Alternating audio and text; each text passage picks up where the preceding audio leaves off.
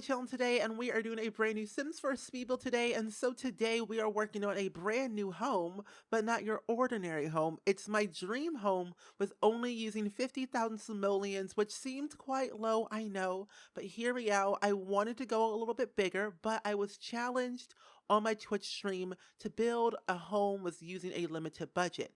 And I thought to myself, why not build my dream home with a limited budget with only having 50,000 simoleons. Originally it was 45,000, but I gave myself an extra 5k, thought I could do better, and I did. And you guys were fine with it in the Twitch stream, so I rolled with it. It looked pretty good in the end because I used a bunch of debug. And if you do not use debug in your builds, please do, because I think console players have debug. If I'm not mistaken, if they don't, use a lot of plants, because plants solve your mistakes is what I realized. I added a bunch of shrubbery, flowers, trees, all the things around my build to cover my mistakes, like mostly the dirt and little hints of corners around the house, and it looked peachy just fine. And if you guys want to download this house, it is up on the gallery for download. The hashtag is SpringSims alongside with my origin ID, which is also SpringSims. It's only 1 bedroom, 2 bathroom. It has an office, which you can turn into a bedroom if you want to, but essentially 1 bedroom, 2 bathroom. Kitchen is a little bit closed off.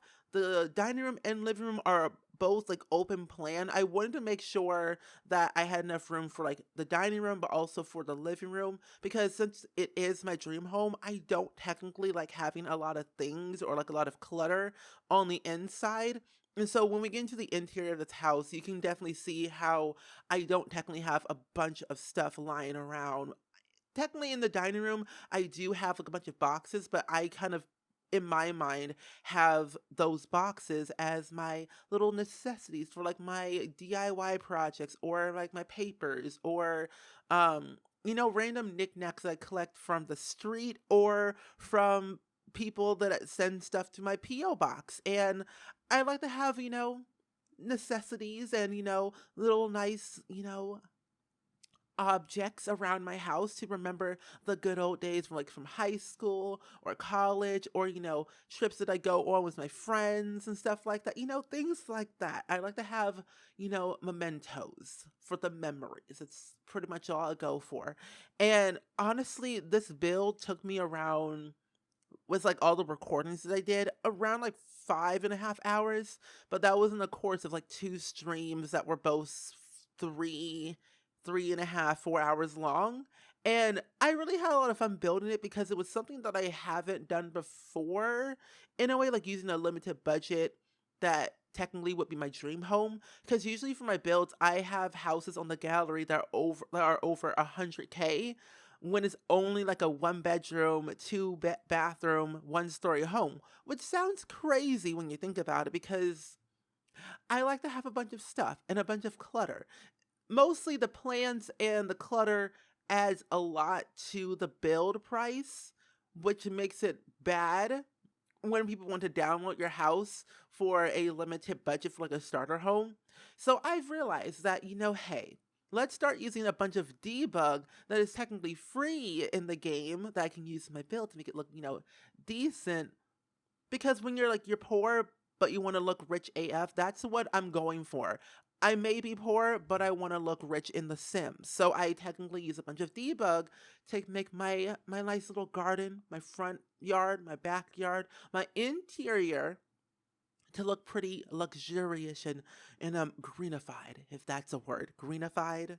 Let's make that a word. Greenified. And so I want to make a sim, or like, actually, yeah, I want to make a sim for this house. Like, not technically my sim self, even though I do have my sim self on the gallery. I want to use a different sim and kind of create a story behind it, or behind that sim, and use them for like a current household for my own personal gameplay, for the fun of it, because that's what I usually do. And if you are new to the channel, because I have gotten a few people, come to the channel from the SimSpark show that I was a part of, from episode 1, link down below. But if you're new, hello, hi, welcome.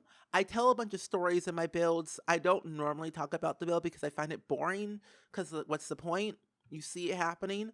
So I kind of, what I do is I tell a story based off of a character that I'm going to create in the future and basically just tell their life story basically. And that's what I do all the time in my builds. So if you're new, hope you enjoy it. If you're not new, I hope you enjoy it. So, but either way, so the sim that I want to create around like this house, because I put a streamer station in the office area that's all yellow because yellow is my favorite color. And I want to be able to use like Get Famous, but not use the whole like actor part career. I want to be able to use the video station and do like a self-employed type of thing where you have a sim that wants to become like a famous streamer or YouTuber, influencer or whatever type of thing and have like a following on social media on like Instagram. So I want to be able to kind of use that. And so the sim that I have in mind is not Penny Pizzazz. It's more so Joe Adam. Yeah, Joe Adams. What was his last name? Joe Adams. Oh gosh, I forgot what his last name was. Let's just call him um Mick. Yeah, Joe Adams McPromper. That sounds like a weird last name, but hey, people be naming their kids crazy things these days. Like hashtag is going through it. They're trending. But Joe Adams McPromper is basically wanting to be a social media influencer, streamer, YouTuber type of thing in the wonderful world of Newcrest. And Newcrest was not really up and coming, but it was more of a world that needed, some limelight. And Joe all his life has had the best parents. They always believed in him, always gave him like, tips and tricks and like ideas that could probably help further his career as like a social media influencer, I guess, or a YouTuber. Let's go with that. Content creator, basically. And his parents, one was in law, his mother was in law, so he had like the whole, attorney law side of his like in his family. As for his father, he was technically in the whole engineering part. So they both went to, well, technically his mother, Mary, went to Britechester and his father, Alex, went to Foxbury. And so how they both came to be like met each other was technically from a research and like or technically a debate club type of competition. Like usually what happens at Foxbury also happens at Britechester. So when they both were like, on the debate team, they were like going head to head, and in a way like Alex and Mary, they were they were the competitive type, but they wanted to make sure that they had good sportsmanship no matter who won or who lost. And like after like the first few debates that they did together on their teams, they started to hang out together, and lo and behold, one thing led to another, the whole gist and thing, stuff like that. And they met after they graduated, they got together, they got married. But here's the twist. Yeah, here's the thing. So yeah. Um, Joe's father is a little bit of a cheater, and so is Mary. His life, Joe's life, is not what you think. He may have the perfect parents in like the eyes of the media, but when you're inside the house, it's not so cookie cutter perfect. And Alex and Mary, they had their doubts, they had their faults, don't get me wrong. But when they were like dating and they were married, they were like all good. But after a couple of years afterwards, where let's just say Alex uh got a little bit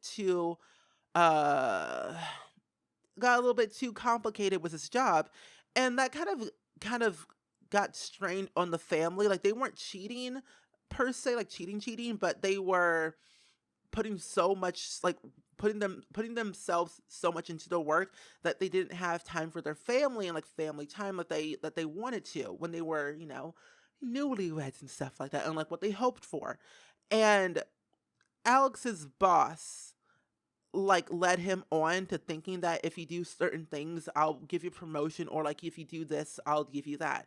And that kind of got a little bit too complicated for him, where Mary thought that Alex was cheating on her with his boss, which wasn't the case, which kind of resulted into not them getting a divorce, but kind of led them into couple counseling, which in a way they are kind of getting into in better terms. So look, they're working on their issues and trying to figure out how they can balance their work life with their family life and kind of get things the way they want it to like get at the very beginning of their marriage. And they may not seem eye to eye, but all they know is that they have one thing in common, and that is Joe. And Joe really wants to like make their parents like make his parents happy, but also wants to make him happy and follow his dreams no matter what people say. Like even if his parents don't agree, which they do, he wants to make sure that he's happy and that's it. And so when Joe, Mary, and Alex all moved into this new house, because they used to live actually in Brychester, in that old area where the Elderberries live, was Rowan Elderberry, that teenager. They used to live over there next door. And once they like graduated and everything and kind of got settled for like their first 2 years of marriage, um because the way it worked, Mary actually got a big signing bonus with her legal firm, and then also with Alex, when he got his engineering career, he also got a signing bonus because they were both at the top of their careers or top of their game while they were studying and top of their class. And so when they got signed in with their new jobs, they got more money, got better pay. So like the first 2 years, they were like living, struggling a little bit. But after the second year, they had enough money to afford this new house, which was still in their price range. So they were able to like renovate it a little bit better and make it their own. And this is what they got. And they're actually really happy with it. And I don't really know what they're going to do in the future, but they might end eventually renovated again if they believe it's necessary. But at this current moment, they are still in their, fourth year. Like they're living in this house for like for 2 years, so they're technically in like their second year or like fourth year of being like a home owner per se, but second year being in this home. So probably like after maybe when they reach their sixth, seventh year of being homeowners, they're like, okay, we got enough money, we know the lingo and everything like that of home owning, and so they want to be able to like think about it for a while and still, work on their marriage and stuff. But as for Joe, the whole idea for Joe is that he is still a teenager, and he's also in the scout after school activity for school. He's in that. He's also he wants to actually go to Brightchester, the same thing with his mom, but he doesn't want to be a lawyer like his mom, but he wants to be in a track where he could not have a career for like a 9 to 5 job. He wants to have like his own career and build his own business. So here in my eyes, Joe, he's only like 15 years old, so he has a lot going for him for the next like 3 years of like working on like his skill, his business, and his ideas of what he wants to go for. And I really like that idea. And so when you think about it, Joe, he's like a go-getter, self-starter, always confident in himself and like wants to be able to, push the limit. And so like him and his friends, like, Al Ashley, and there's another kid named Joseph, but they call him Joe for short, but they don't want to get mixed up, so they call him Joseph. So it's like there's two Joes technically in the group. But lo and behold, Joe, Joseph, and Ashley, they're all great people. They're all like great friends. They've been friends since elementary school. Actually, Joe and Joseph have been friends since elementary school, and Joe and Ashley have been friends literally since they were in diapers. I'm not kidding. Since they were in diapers. And since then, they didn't have a thing for each other, but things could change. But who knows if Joe and Joseph could have a thing. You just don't know what people are thinking until they act on the thing, or you just know. That's what I'm thinking right now. So eventually it could change. It could not. You just never really know until it happens. And around this time, like around this, like the time of this year, yeah, around this time of last year, when Joe was like figuring out what he wanted to do with his life because he was like a, self-starter. He was thinking, what if I, contact Penny Pizzazz? Lo and behold, he didn't think it would actually work and actually get, some insight on the whole influencer business. And Penny Pizzazz is a social media influencer in San Myshuno. And she really thinks that, helping other people for like one for them, but also for herself. Like when you think about it, Penny Pizzazz may be like a cold-hearted person and like self-absorbed. She is, but she cares about other people when it benefits her. You know? That's what she's like in my game. So when you think about it, when Joe contacted Penny Pizzazz, like through via fan mail, he wrote like this long letter talking to Penny and saying, "Hey, Penny Pizzazz, I have adored you for so long. You've been my idol for many, many years since I was the age of 9, and I've looked up to you as, a role model when it came to the whole business of social media, like the internet and everything." And he asked her saying, "Hey, I know that you're, busy with, your business, your followers, your audience, everything like that, but I wonder if we can have like a sit down interview and I can talk to you about like what was it like before you started, or like what was it like when you just like first started your business, and can you give me like some pointers and like some tips and tricks on like what I could do personally to help better like my brand when I'm just starting?" And Penny like responded in a very nonchalant way with like some sarcasm in there. Like, "Oh yeah, sure, it was easy, but it was a little bit hard. It had some struggles here and there." But lo and behold, Penny had some help from her parents who were already social media influencers from like the 50s. So she had some connections without going to her parents for help, if you know what I mean. And when Penny responded back, Joe was like, "Whoa, hold up. I'm actually like doing really good in this." And so the next day, Joe went to San Myshuno for like a day or two to kind of like understand like the business of the city and media, where it was like all, booming and popping out in the world. This was before Del Sol Valley was a thing. And Del Sol Valley was actually announced, or like Get Famous was announced in the whole eyes of The Sims 4. And so I had this idea developing in my head for a long time, and so did Joe. And Joe was like, "Hey, I am here in San Myshuno. I went to your apartment. You weren't there, so I kind of like left a note." And so Joe went to the I think it was like the star of the karaoke go-go bar in Uptown where she usually hangs out, because she doesn't hang out in the Spice District anymore. Even though she's in the Fashion District, she doesn't go to the Spice District because he thinks that's too low for her. But she does go to Uptown, and she does go to the Arts Quarter. And she usually hangs out at the Uptown karaoke bar, because that's where the social media lights are hanging out these days in San Myshuno, of course. And late that night, Joe met Penny. They talked for a little bit. Penny gave him some pointers, and Joe was like, okay, a little bit skeptical at first, that it was too easy that she got this big in the game. And he did his research. Later on, found out that Penny was already, wealthy and famous from her parents because they were actors and stuff like that, like in the 50s, back in because Penny used to live back in what was the world? Oh gosh, not Evergreen Harbor, but it was, oh gosh, it was that world in The Sims 3.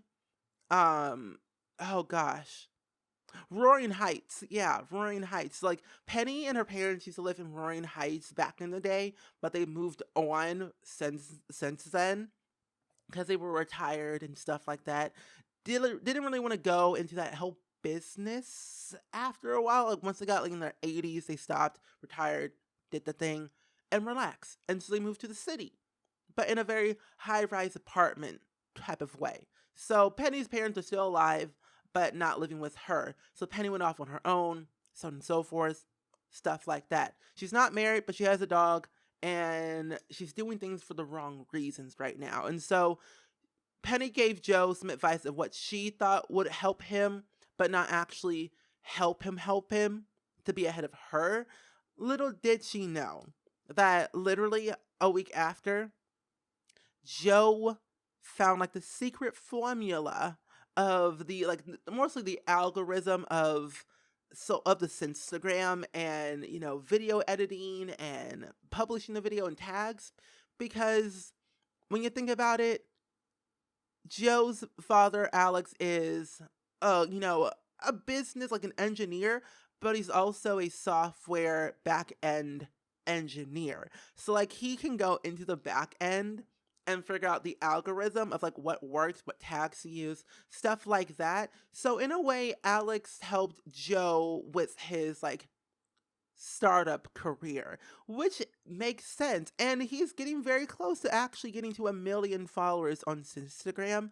And I want to kind of make this like a current household type of thing on the channel, like introducing you guys to the Sims and like his friends and extended family and stuff like that. Not like a Let's Play, but more of a current household. Because Let's Plays, don't get me wrong, they're great and all, but I do get bored sometimes with them. But current households are where it's at for me. So I really like how I kind of dived into of what Joe's life was like before and where his life could be in the future. And even though he's only 15, I still want to make sure that Joe knows. Like I've told Joe personally, not Joe from Family Guy, Joe in this game. I've told Joe that even though you have 1 million followers or getting close to 1 million followers, don't let it get to your head. Make sure you stay humble and like you understand what you're actually doing this for. And like Joe told me, like he knows what he has to do to get to, where he wants to be, but still stay authentic, real, and be himself no matter what people say. Like, no matter what happens, he will always be himself no matter what. And I can definitely see that in him when it comes to like stuff like this. And I've been in the game for like 10 years. Weird like that, just saying it. But I've been doing YouTube for like 10 years, and I've realized over time that if you like stay true to yourself and like you do what you love, no matter what the trends or, stuff like that, no matter what happens, as long as you're happy what you're doing and you stay true to yourself, people will come, I guess. But hey, I like it, and I love storytelling, honestly. And with being on the Spark show, I realized that being a builder can be a lot of work, but I definitely enjoyed my time being on the show, and it was a lot of fun. And Jen and Dee are really talented people, and Jen's a very talented storyteller and creative simmer and stylist, as they called it on the show. And then Dee is also a very talented storyteller, builder, creative sim. Like, I feel like we worked so well as a team, and like we all have the creative background of doing all three by ourselves. But I don't know. I wish we could do it better and like do it again. But by like I don't know. I just want to do more things with the both of them and see what we can come up with. You know what I mean? But that's what I have gotten from my experience from the show and everything like that. But like I said, that's pretty much the gist of like the story as of right now, because Joe is still figuring out what he wants to do. How is he going to get there? Even though he's close to 1 million followers, he has to think about, okay, I'm going to get close to this end, or like getting close to 1 million. What do I have to do now? Like, what's next? So that's where he's at right now at this current time of him figuring out stuff. And so, as for right now, as you can see in the build, I am working on Joe's office, or technically my office, because if you don't follow me on Twitter or Instagram, or just don't know in general, I am actually repainting my entire office yellow, and it's already yellow. I just have to put more things inside of it and put it together, and then it'll be done. There will be a video about it. I'm currently editing it right now, and it's coming along pretty well. Just gonna add some music in here and there, add some, some voiceover in there to show what I was thinking and stuff like that, and get all a little situated and stuff like that. Oh, also, what I found out when building this house, I forgot there was actually cats and dogs in Debug, And I'm thinking, really?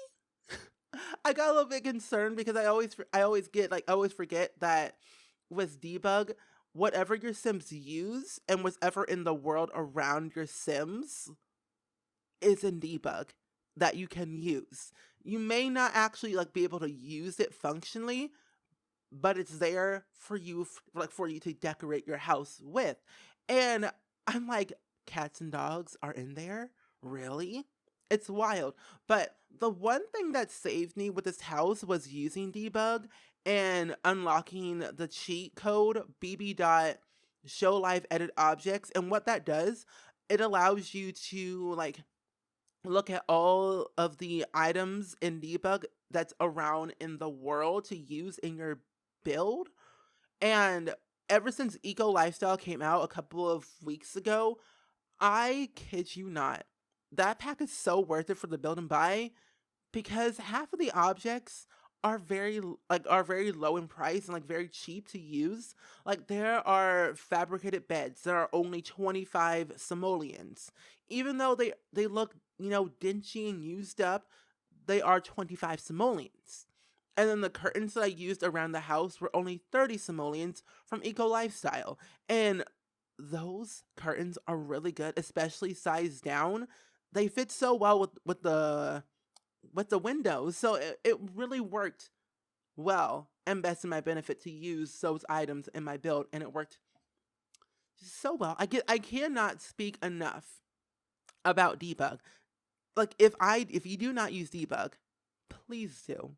It'll save you on your pricing of the house, how much items you use in your house, the whole value of the house at the end when you're finishing the build, and also just the sake of, decoration, clutter, and making your house look significantly better in my opinion. But hey, you do what you do. You furnish how you want to furnish, but I'm just giving you some ideas of what I think could work. And just saying.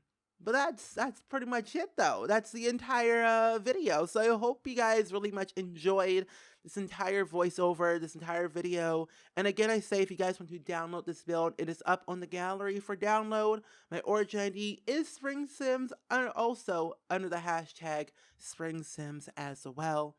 And even though I rambled a lot, I hope you did enjoy the story, because the story is still in development, and that's on period. But either way, I hope you guys enjoyed it, and I will see you guys all in the very next video. Bye!